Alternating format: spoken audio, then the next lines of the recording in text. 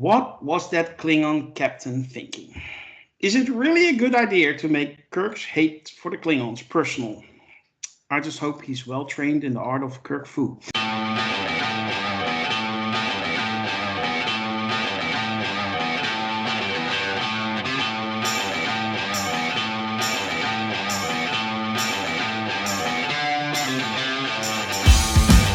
This is the review of Champions, and I'm your host, Grandmaster. With me is a powerful panel made up of the finest champions Sakar has to offer. Let me introduce them to you. Voice only, Miss Lokismom. How are you?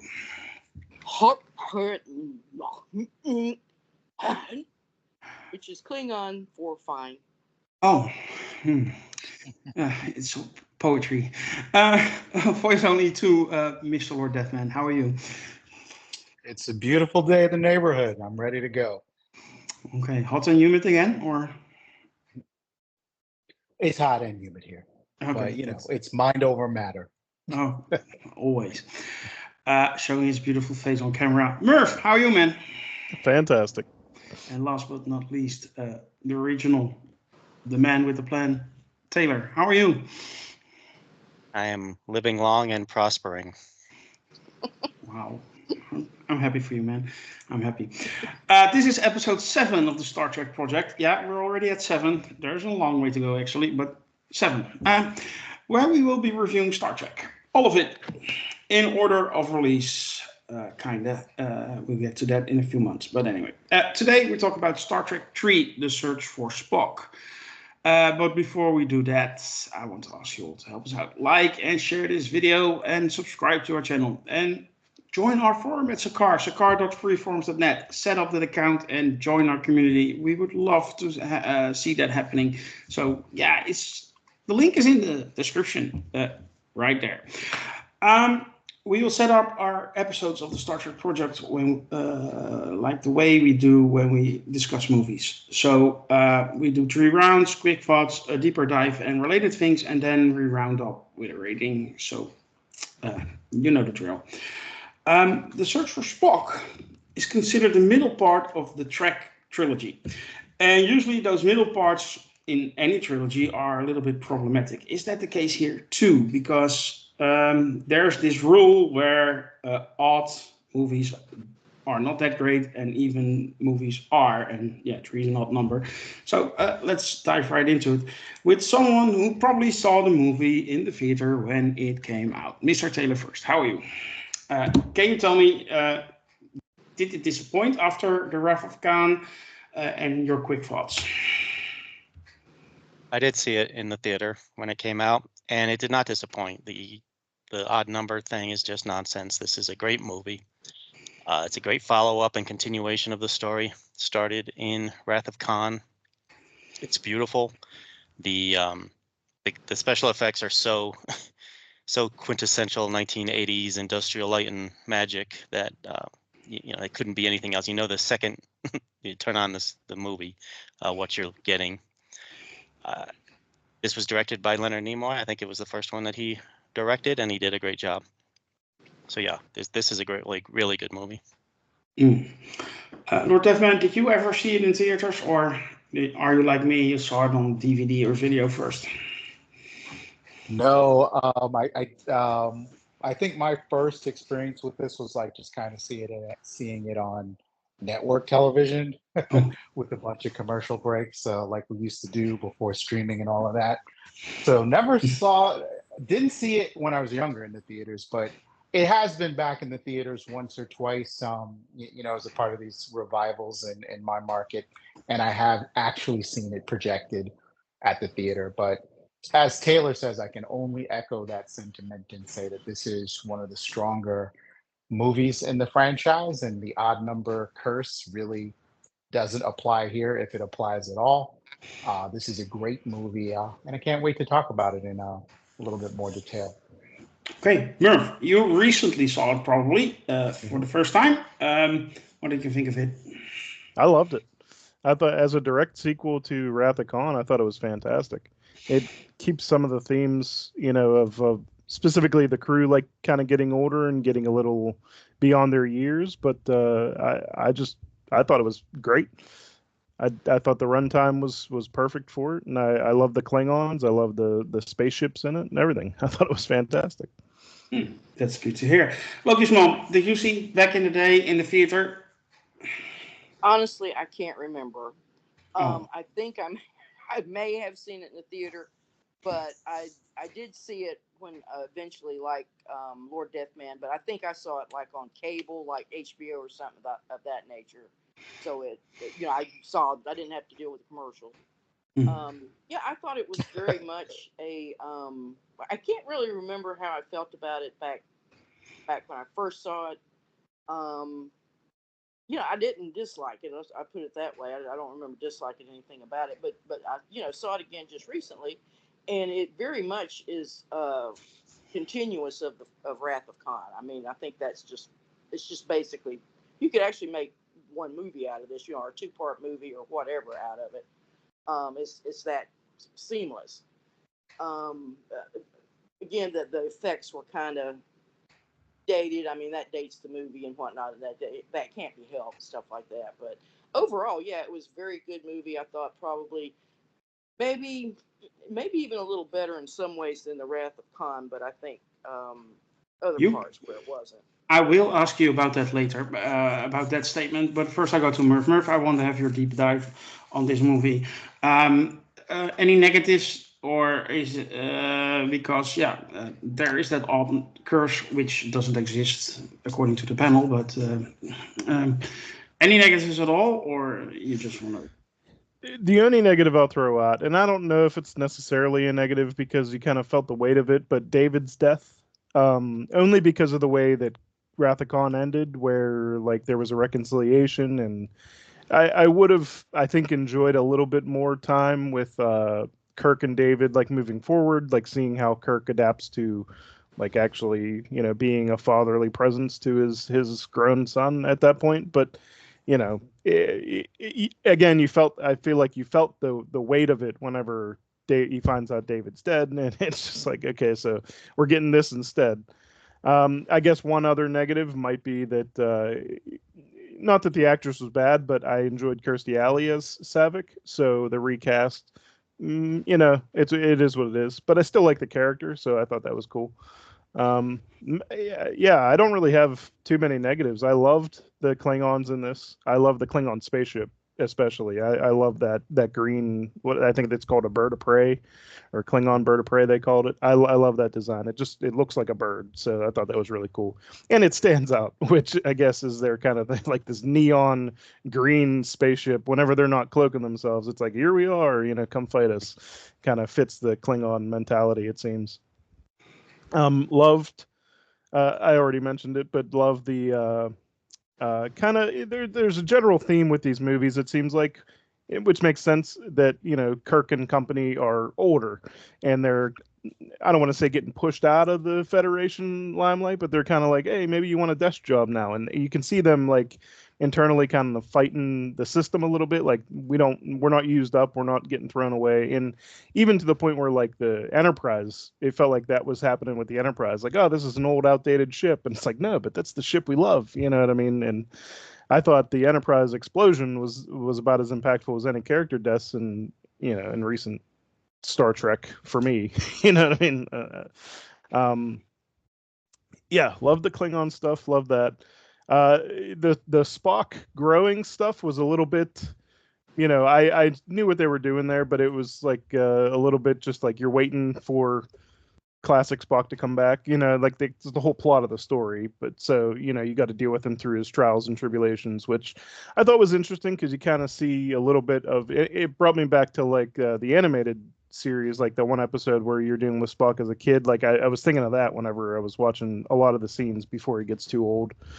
And then I forget so much about like the Vulcan stuff that they got to deal with, like the blood boiling year or whatever, you know what I mean? Like every 7 years, every 7 years. Yeah, they get basically tortured.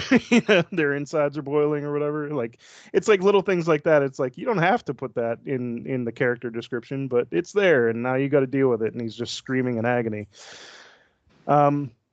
Yeah, I mean, there was some. I love the spaceships outside of the Klingon one. There was a couple different like Federation ones that stuck out. I'm not going to remember their names now. Maybe maybe down the line I will, but like that's kind of stuff was really cool. I love the sequence. I'm sorry. Oh, sorry, I had an echo. I love the sequence whenever they steal the Enterprise. I thought that was great. Just, it's like they told me no, so I'm gonna go anyway. And we're just taking the ship, and it's really I don't know. I just had a lot of fun with that. I like the old crew, like like them as older people, like not old, but them as it feels like they just like we could just do whatever we want and we're fine. We're fine.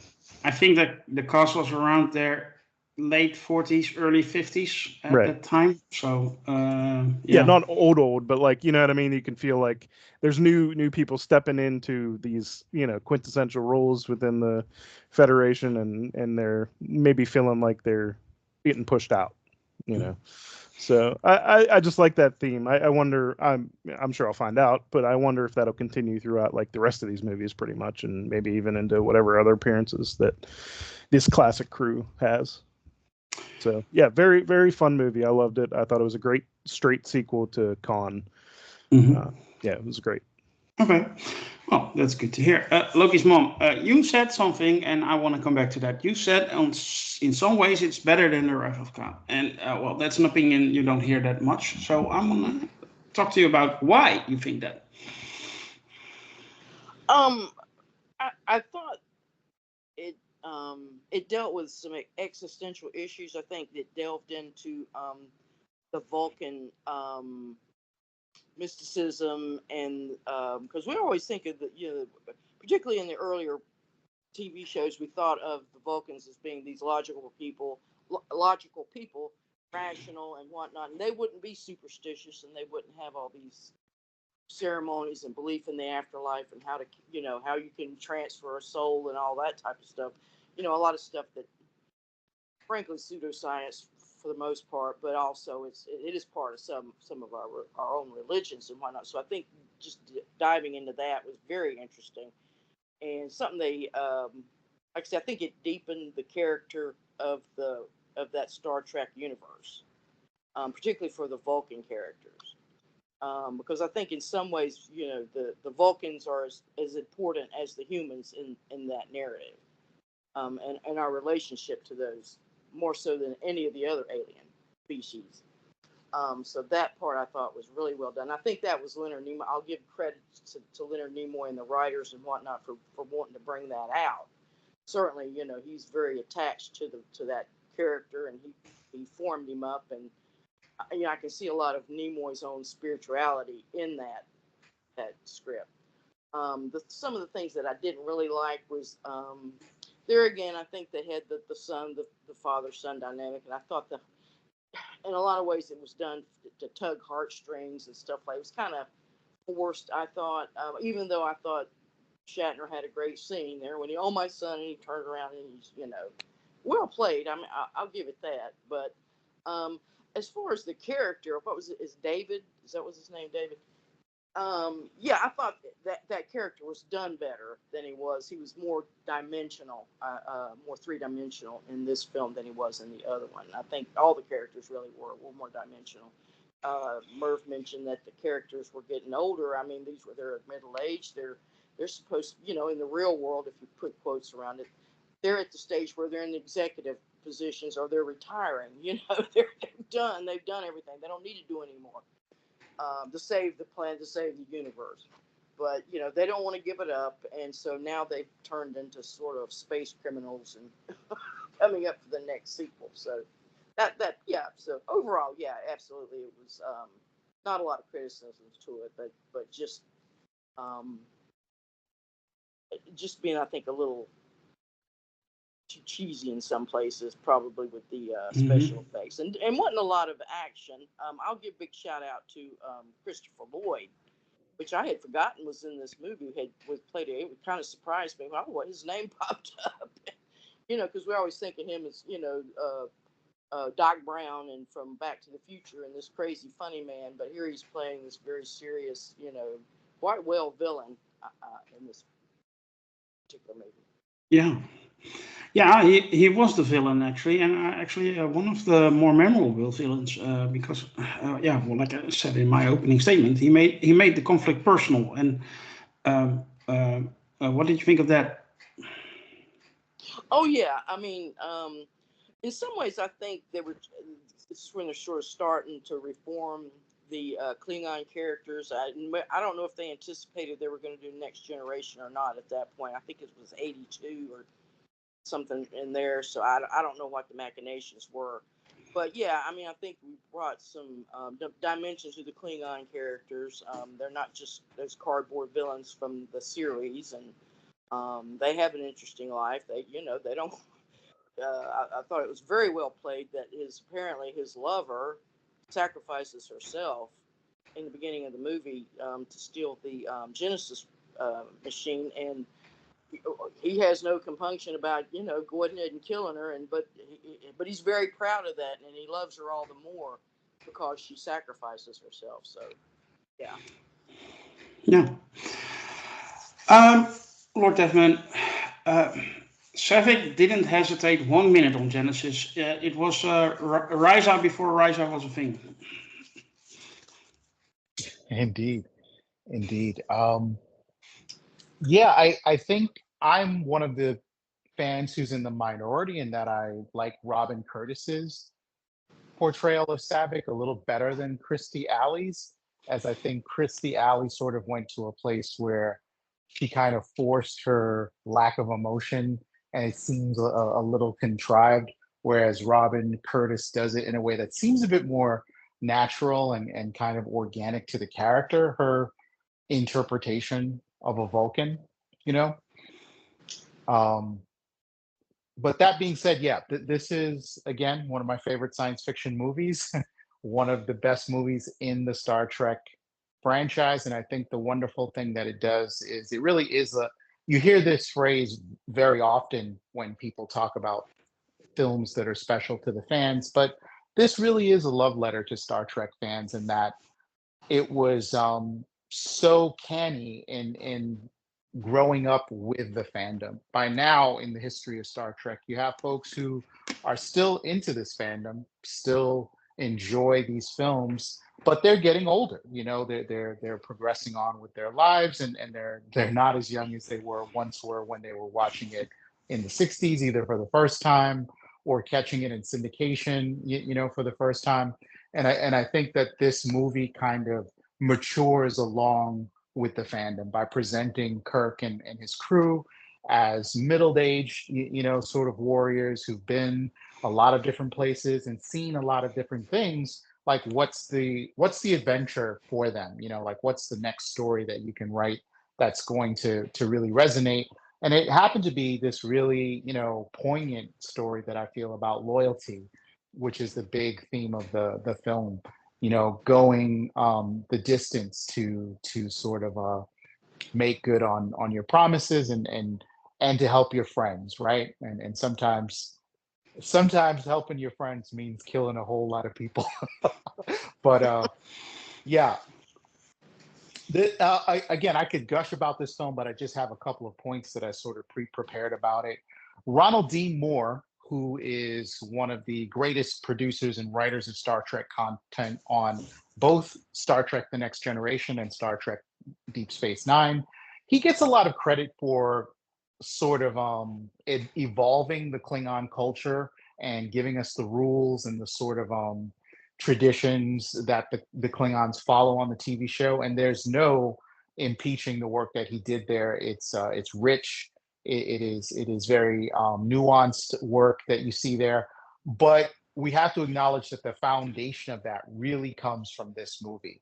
When you see Klug and how ready he is to kill Valkyris, his own mate, because she had broken a rule in terms of looking at this information regarding Genesis, you really see how far Klingons are really ready to go, how warlike they are.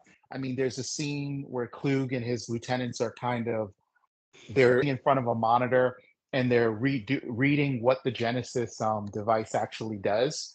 And the Genesis device is not a weapon. It's like it's like the inverse of a bomb, right? Instead of being deployed and destroying things like in a nuclear reaction, it's actually a life bomb. It creates life, but the Klingons are like, I'm still going to interpret this as a weapon, and it's still, it still challenges the safety of the empire, because if humans are able to create habitable worlds that support their, beings like themselves, that means, I guess, the Federation is going to grow at an exponential rate, and the Klingons, could be outmatched in the future as far as a war or whatever.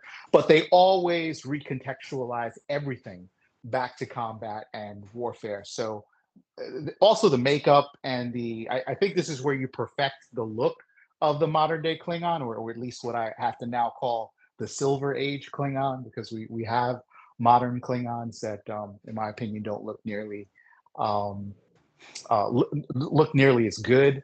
But if I had to levy any criticisms against this film, it is partially the special effects, although that doesn't bother me as much as some people like looking at dated special effects. I'm not pulled out of the movie in some way, or it doesn't weaken my experience with the film. But I will admit, this is industrial light and magic from a very specific point in time. And some things are like, oh, I kind of know how they did that magic trick. It's not as immersive as it could be. And then there's some parts of the script that I feel are very forced, that feel like Nimoy's hand at direction wasn't as refined as it would become later on. There are a lot of exchanges where people are just kind of making decisions for, like, why are you doing this? Like, why are you killing Valkyris when you could just beam her over to the bridge of your ship and then destroy the people you promised to pay? That seemed like an overly dramatic decision to make. There's a lot of stonewalling with the bureaucracy of Starfleet that doesn't, really add up if you put close scrutiny onto it. But it's supposed to drive the plot. They're supposed to be against these bureaucrats, and it does a wonderful job of making middle-aged guys and gals look like rebels in the face of, an overwhelming system that wants them to behave in a certain way and wants them to forget about their friend, which they're not willing to do. So as I've gotten older, this movie has actually stood out to be more and become more of a favorite. I can't quite put it against, like, above the Wrath of Khan, but I certainly can think of them as a showcase of different tonality in the franchise. You have a lovely Shiraz on the one hand, and then maybe this is like a nice Merlot on the other, right? Like, whatever your poison is when it comes to fine wine, they're like, I can't quite compare them, but I will say, dollars to dimes when it comes time to, like, pick one off the shelf and watch it because you're trying to kill a little bit of time. It's usually the Wrath of Khan, but that doesn't take away anything from the Search for Spock. It's a fantastic film, and every time I see it, while I don't, like, break down into tears, there are parts where I get a little misty because they've really earned what happens in this movie. Their reactions, all of it feels so nuanced and it feels so real because you've seen these people in the previous movies, you've seen them in the television show, you've watched them cultivate these relationships. So there's not a false note when it comes to, we have to break all these rules, we have to steal the Enterprise, we have to outsmart a faster ship that's after us. You feel that it's genuine when they have to go to the distance for this mission. So yeah, it is indeed one of my favorite films in the franchise. Yeah, couldn't agree more. Lokismom, before I go to Taylor, you had a follow-up. Yeah, I just want to ask a quick question, maybe go around the table. Which movie had the better special effects, Wrath of Khan or Spock, Search for Spock? I mean, I would say, I'm going to say Wrath of Khan had the better special effects. To me, it's like this, but I'll let Lord Death Man and Merv chime in, and then Taylor can chime in and do his deep dive. Lord Death Man, what do you think? Yeah, I can't immediately summon all the scenes to do like a side-by-side comparison, but I think the answer is probably Khan, just because it didn't have as high a burden as special effects in terms of, like, the Genesis, depicting the Genesis effect and those weird snail kind of creatures on the planet, the microbes. Like Khan doesn't have that huge fantasy burden, and they do some excellent burn work. Like when towards the end where Khan is about to sing his swan song, and I'm like, wow, he really does look like those are like plasma burns that are third degree. So it probably is Khan for special effects for me. Nerf? I'd probably also agree, and not to take anything away from Search for Spock, because I think the special effects were perfectly fine. But is Khan, remind me, just because it's all my first time, and I don't want to get mixed up, but is Khan the one where they were like kind of traveling so fast that everything was like slowing down, and they were like kind of moving through? That was the first movie? The motion picture. That was the first one. Okay. Yeah. Okay. Well, then I changed my answer to Search for Spock. Okay. Well, Taylor, you can chime in and then give me your deep dive of the Search for Spock. I'd say the special effects are pretty equal. Actually, it'd be hard to point to anything. I think a lot of the effects on the Genesis planet as it was falling apart was really well done, given the technology that they had. Yeah. So I think that adds some points to Yeah. Search for Spock. Most effects were practical. Let's not forget, it's not run from a computer. Back in the day, they were just dipping their toes in it. But so exactly. But anyway, Search for Spock. What did you give me? Do you have any criticisms of this movie at all, or no? Okay, then just rave. But I would echo a couple of things that Merv and Lord Deathman said. I agree. Christopher Lloyd created the blueprint for the next generation era of Klingons. Between him and I'm sure the direction of Nimoy, they really created something that next generation could build off of. And he did just a fantastic job playing that character. And then, as Merv mentioned, the destruction of the Enterprise in this movie hit as hard as the death of Spock in the previous movie, because it was earned, because it was built up, because this was a character that we have known, all these years. And when we get to later iterations of this franchise, I'll be getting back to how they don't know how to do that anymore, apparently. But I get ahead of myself. But in this movie, they did it right. Other great aspect of this movie, the fact that in the Wrath of Khan, of course, we saw Spock touch Bones and do the Vulcan mind meld very quickly, before he went into the chamber to save the ship and die. And of course, that came back, and we learn all about this, how Vulcans have the ability to pass their soul, for lack of a better word, their soul, their essence, their knowledge, into another being. Now, of course, Bones being human, he wasn't able to really accept it or understand it, and it became very painful and disorienting, and almost like he was going crazy. And I think Forrest Kelly did a great job of acting as usual.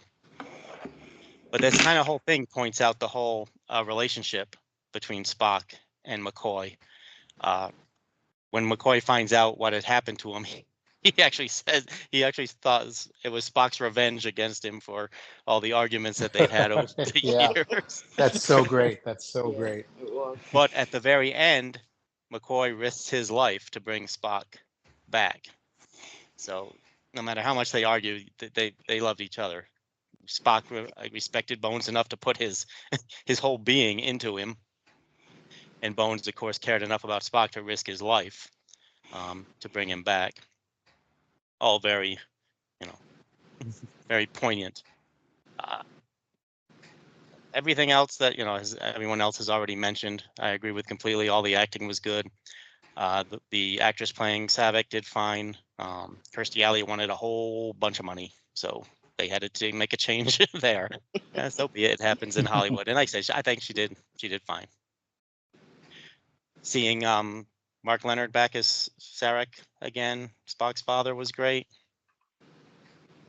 Shatner did a great job of both the morning when his son died, and then down on the planet where it was old time classic Kirk, smash mouth, I am going to save those people. I'm going to save Spock. I'm going to save Savick, and I am going to kick some Klingon butt while I'm at it.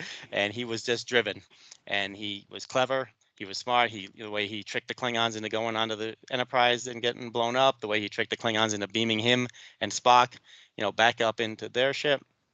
All really smart, really clever writing, and really peak of that character without making it a different character, without changing everything about him. He was the same Kirk we've always known. He was always, that type of a calculating chess player, thinker, and a man of action at the same time. So all in all, I just really love this movie. It's just a great adventure story. Yeah, absolutely. What stood out for me, and I see Lokismom has her hand raised up. I go to her in a second. Go ahead. I'll go with you. But one line at the end, because Spock has said many times in this franchise, the needs of the many outweigh the needs of the few or the one, and Kirk turns it around on him at the end, and I absolutely love that, because you see Spock think, oh, that actually makes sense in a way. Did you guys pick that up, or am I the only one here? No, that's actually what I was going to talk on. If you'll jump in, yeah. If you take these two movies together, that this is a story about the death and resurrection of Spock. It's very what I was talking about earlier is a lot of heavy religious overtones in the search for Spock that really wasn't in Khan. I mean, I think they're playing off Khan, the idea of Spock dying and sacrificing himself to save the crew of the planet and the universe or whatever. Then this movie then takes that where we're gone down to that down point of Spock's death, then it goes up. The possibility that right off the bat, the possibility that Spock is still alive, because a great scene where they think there's a life form in Spock's quarters which has been sealed off, and then they go in there and he goes in there and finds McCoy, and then there's like this. Oh, at first he thinks it's Spock, and then he realizes it's McCoy, and then there's another scene where Sirach walks in, and there again oh my God, there's Spock, that moment, but then they realize that's his father. Then it goes on until we have the whole first scene where they find the baby down, or we hear the baby at least down on this planet called Genesis, and it's forming it's whatever it's rapid, however it's doing it, it's just rapidly evolving, which helps the story along to get Spock back into his original Leonard Nimoy body. But anyway, it goes on to that and plays out. And then if you look at the scenes where they're on the Genesis planet is falling apart, it's very biblical. Think about all these biblical movies back in the 50s, with the fire coming, and whatever, and Samson's pushed the pillars out and whatnot. Sort of that, it harkens back to that Hollywood biblical scene. And then, of course, follow up, the next scene is where they actually resurrect Spock, take his mind out of McCoy, put it back into this Leonard Nimoy's body, and then we're back to where we were at the beginning of Wrath of Khan, where Spock was alive. So anyway, I just thought it was very interesting how that worked, and maybe it's not noticed by a lot of fans, but I definitely appreciated that they did this. The Vulcans are they're what we humans right now wish we could be. Fair-minded, logical, egalitarian, not opposed to science, human. As he says, he was the most human of all of us. He said it in both movies. So yeah, I think they really brought that out, and I think that's why we love the Vulcans. We love Spock, because he's what we wish we could be. Yeah, indeed. I think we unpacked enough about this movie. So let's do a rating.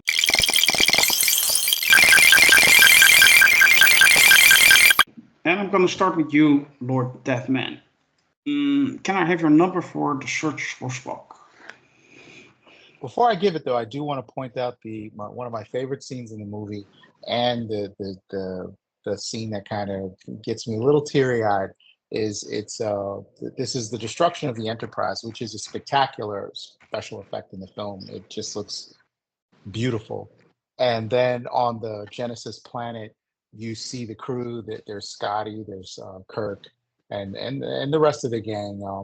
I believe Chekhov is there, and they're all looking at the broken hull of the Enterprise sort of coming into orbit, and it's lit up and it's kind of on flame, and it looks like this shooting star, this comet that's about to hit the planet, and they're kind of like taking a minute to kind of reminisce on the loss there, and for whatever reason that always gets me. But I think that this film is a strong 9 out of 10. Great storytelling, great adventure, action, and a little bit of and a lot of heart in this movie. So 9 out of 10. Taylor? Yeah, the destruction of the Enterprise, extremely heartfelt scene, extremely well executed. And it's poignant that it is a better death than being decommissioned and taken apart, which is what was going to happen if it came back, if they brought it back to Starfleet. So again, it works on both levels. 10 out of 10. Yeah, there's no question. Great. Merv? Yeah, I just want to point out a somewhat laugh out loud moment I had, which is probably out of the blue, was whenever the other ship is trying to like they're giving chase to the Enterprise, which is running through the doors that open, and they're escaping kind of the Federation, and they sabotage the other ship. I can't remember exactly how, but it makes this like classic cartoon car puttering noise as it halts, because they can't jump into warp drive or whatever, and it's just like, and you hear like an engine braking, and you're just like it's just like, I don't know that it would sound like that, but I love that it does sound like that. Well, So, there cannot be sound in space because you need never mind. Yeah. Waves cannot be made in space. Right. But anyway, But I know what you mean. Yeah, I personally love the decision for that sound. 9 out of 10. I put it right there next to. It's hard for me to right now say whether or not I like this, then, but it's really, really close. So I got to put it right next to it at a 9 out of 10. Okay, Lokismom. I'm going to give it a 9. I didn't see enough. I think the pluses and minuses from both movies equal out, so that I'm going to put them on the same plane. Well, I'm going to join you guys. 9 out of 10 also for me. I absolutely adore this movie. There's no problem for me being in the middle part of the Trek trilogy, but I love it. It's simple as that. But anyway, that will conclude this month's episode of the Star Trek Project. We hope you have enjoyed our discussion today. If you did, help us out. Like and share this review and subscribe to our YouTube channel. And if you really want more of us, you can join our forum at sakar.freeforums.net. Episode 8 of the Star Trek Project. Next month, we will be discussing Star Trek IV, The Voyage Home. And make sure to check out our review series for the Acolyte currently running on our channel. And soon there will be a brand new review series for the Rings of Power and Agatha All Along. And of course, our movie review for Deadpool and Wolverine is also coming up later this month. For now, I thank you all, also on behalf of our champions, and wish you to live long and prosper. Bye.